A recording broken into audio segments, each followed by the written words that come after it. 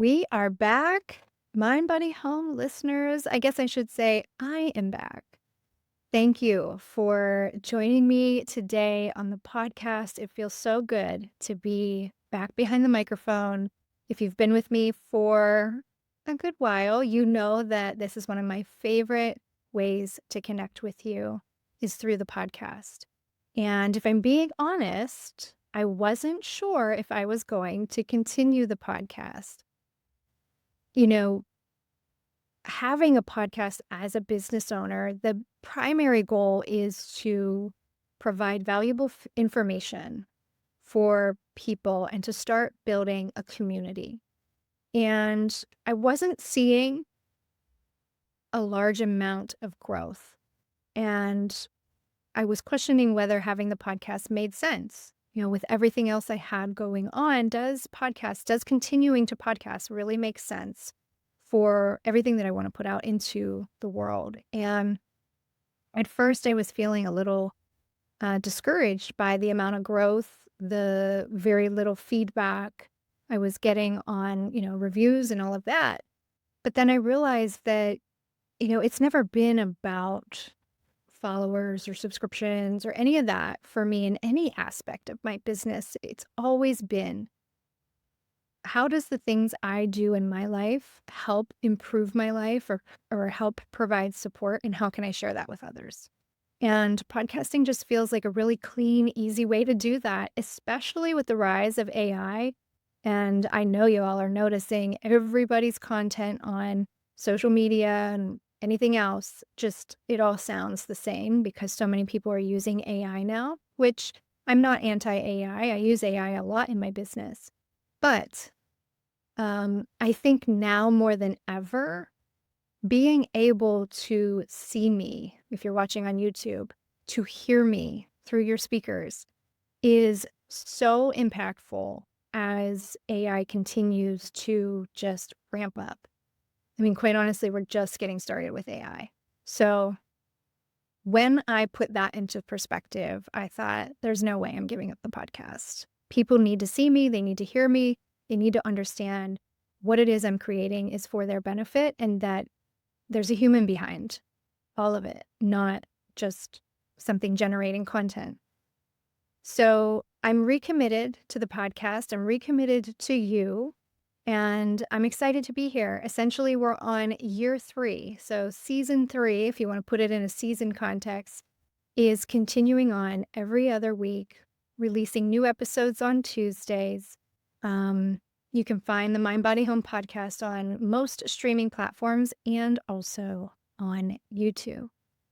So with that said, there's also been so much happening behind the podcast as it relates to Jade Scott Design.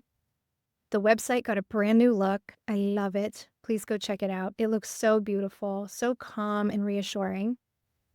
New branding, just a new look overall. If you're watching on YouTube, I even darkened my hair, cut some bangs. It's just, January is just all about refresh energy, right? So everything got a new look. I'm excited to be here with you today. What is coming up this year as far as Jade Scott Design goes? I have pulled back on all of my previous offers. So I'm no longer offering one-on-one coaching or intuitive interiors. I was finding that those service offerings, that one-on-one, which I love connecting with people one-on-one, it was too taxing on my time. I just simply couldn't keep up with it.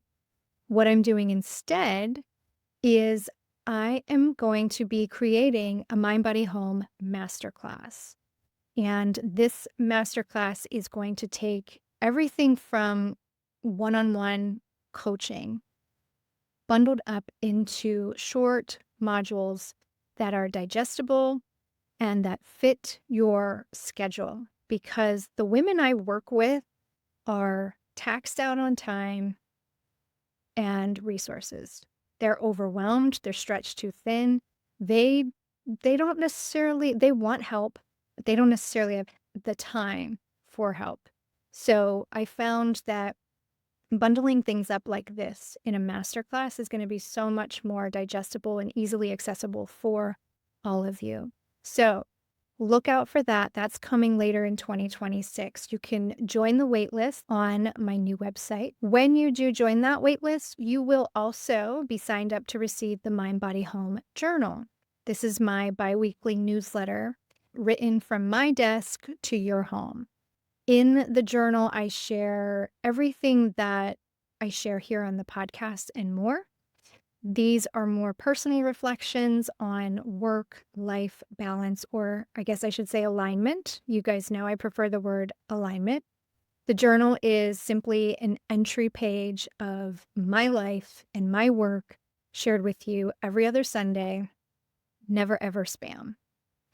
And since I'm no longer offering one-on-one coaching or intuitive interiors, what I have done is taken essentially the best of both of those offers and put them into a seasonal alignment practice, which you may have heard me talk about in past episodes, particularly this past fall as I started rolling it out.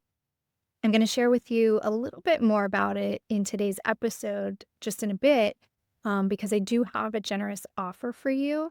But essentially, a seasonal alignment practice is an annual container and community for women who are juggling work, life, home, family, all of it. And they're looking for a more sustainable way to move through their days. I've taken concepts from the Mind Body Home framework and my book, Room for Home, and I've implemented them into a seasonal planning practice. Inside, we work with the 5 elements, the moon cycles, our own individual cycles, and I share a lot of home decorating and maintenance tips, all so that your home becomes a space of support rather than a source of stress. So this practice has become my signature offer. If you want to learn more about that practice, there's also a waitlist there at Jade Scott Design to learn more and get on the waitlist for the next enrollment period, which happens later this year in August. Now, that said, you can join the waitlist, but you can also stay to the end of the podcast and hear about an offer that I have for you because I have an upcoming workshop that you might be interested in. So let's jump into a little bit of today's content. We're looking at the state of things right now as we start this new year. January really kicked off with some energy, right? There is tension and turmoil. It's all around us. And I know for so many of you that it's hard to look at it, and it's also hard to look away from it. You watch the news or social media, you see human beings stripped of their rights, literally humans being kidnapped and murdered in the streets. And I'm not just talking about here in the US, and I promise this isn't a political podcast episode. I'm not just talking here in the US. This is happening on a global scale. And then the next segment of the news or the next swipe of your social media feed is wedding photos of your friends. Someone's winning an award. There's a cute video of a puppy. The duality of this, I often call it the push-pull, the yin, the yang. The energy of opposition is so heightened right now in our shared collective. There is a lot of chatter around, I don't know what to do. And then there's people telling you what you should be doing and that they don't think you're doing enough, that you're not showing up enough. One thing that I think is really important to understand is that what we are witnessing is more than we have ever been prepared to handle. However, it's also important to understand that what is happening is a natural process. Maybe process isn't the right word, but this is natural. It exists in our reality that, we call life.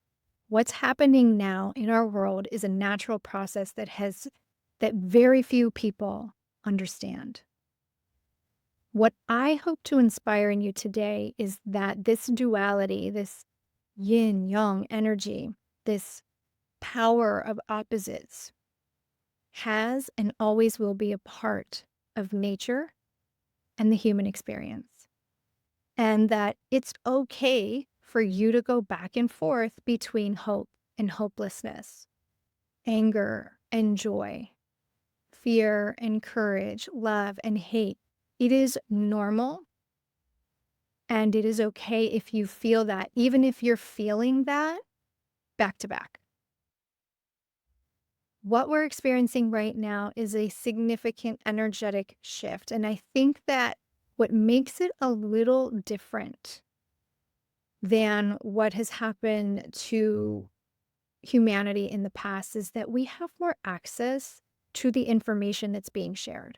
And so, as the collective engages in this shared information, the energy that surrounds it naturally also becomes really big and at times very heavy. We're moving from a 9 year in 2025 to a 1 year in 2026. And that signifies a shift in things that are ending and a new beginning. It is this year, this 2026 energy is about setting a new foundation, laying the groundwork for what is next. And that energy, that's numerology, but it's being amplified even more in astrology.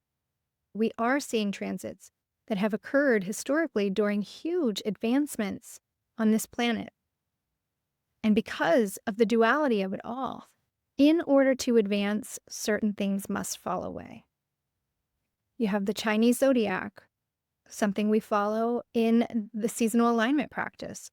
We're moving from the year of a wood snake to the year of the fire horse. Of course, the snake asks us to shed. I'm sure you're seeing all of this talk and hype around shedding of the snake and the year of the horse and all of that. The snake, yes, asks us to shed, but even more importantly, it asks us to trust the process. That, yes, this feels uncomfortable, but it no longer fits. I think leaning into that trust is going to be uncomfortable most of the time. But your discomfort is simply a message that it's time to shift. I think of like a baby or an infant having a growth spurt. When a baby has a growth spurt, they are cranky, they can't sleep, they're not eating right, they're very fidgety. It's like that as adults too. And it's like that on a big collective scale too. When paradigms are ready to shift away, when it's time to energetically outgrow what is no longer a fit, it gets very uncomfortable and people get cranky. And that is what we're seeing. The most important thing I would like to offer you today is to not attach to the discomfort. The upcoming year, 2026, is going to benefit you greatly if you have the ability to surrender to that shedding, to your faith. In order for you to welcome in energy that will support you, you have to be willing to let go of the things that are holding you back. And that is where we are right now. We are in this threshold between the snake and the horse, between the 9 and the 1. The horse has the ability to carry you rather quickly into whatever it is that you're asking for. It sounds to me like this year has the potential for manifestation on steroids. Just understand that whatever you cling to, whatever it is you're afraid of letting go, if you carry that energy into this year, it's going to be amplified. So if there are pieces of your life that you do not want to be amplified, now is the time to release it. because this horse energy that we're talking about, it isn't, the trotting along the trail horse energy. This horse combined with the element of fire is moving fast. It's very instinctual. It acts on instinct. It is focused and powerful. And once this horse gets going, there's very little room for control. So we can't let distractions set us back. If you think about a horse that is untamed or is spooked, right? Its instinct is to just powerfully buck and race. So we don't necessarily want to give into that energy. We do need it to tame it a little bit, but we also need to know that if the horse has a focus and its instincts trigger it, it's moving. That's the energy of 2026. That is why the work that we do now in this threshold period is so important. The more we ground ourselves, the more we simplify our life, the more we release anything that pulls us off course or distracts us, the more prepared we're going to be able to receive all of the things that are meant for us. And that is the most important work that you can do now. So what does that mean for you? Maybe you're just done playing small. Maybe you need to let go of some relationships that no longer serve your energy or that hold you back. Maybe your work-life balance is just no longer sustainable. What is it for you that still needs some reflection so that you can figure out what needs to be released? As we move through these next few weeks of the wood snake, there's a few questions you can ask yourself. Where am I still overgiving or carrying any responsibility that is just not mine to carry? What part of my creative life has been minimized or have I treated as optional or put to the bottom of the list? Our creativity matters so much. And I'm not just talking painting or sculpting with clay. Your writing, music, anything that brings you joy and passion, all connected to the fire element, matter a lot this year, being that 2026 is energetically fire element. What outdated roles or identities or expectations am I holding on to that no longer reflect what I want for my life? Sit with these. Take the time to answer them. You're not late to the party because it's February. You're actually right on time. This right now is the perfect time to prepare for what's coming. So I'm going to dive a lot deeper into this in a few weeks. I'm going to be hosting a live workshop for the Lunar New Year where I'm going to talk in greater detail about the energy of 2026. I'm going to dive into the numerology, the element of fire, and its relationship to the horse, all in greater detail for you. And then the second part of the workshop, which I'm really excited about, this is something new I'm doing, is going to be a Bagua-inspired vision board party. It's not really a party. I'm just, for lack of a better word, I'm calling it a party. But we're going to be creating vision boards in the traditional sense, but with a twist. We're going to be using our home's floor plan to ensure that it is aligned with any new seeds or intentions that we're planning for ourselves this year. This is the final call to plant your seeds, to do your reflection, to get clear on what it is you want to call in.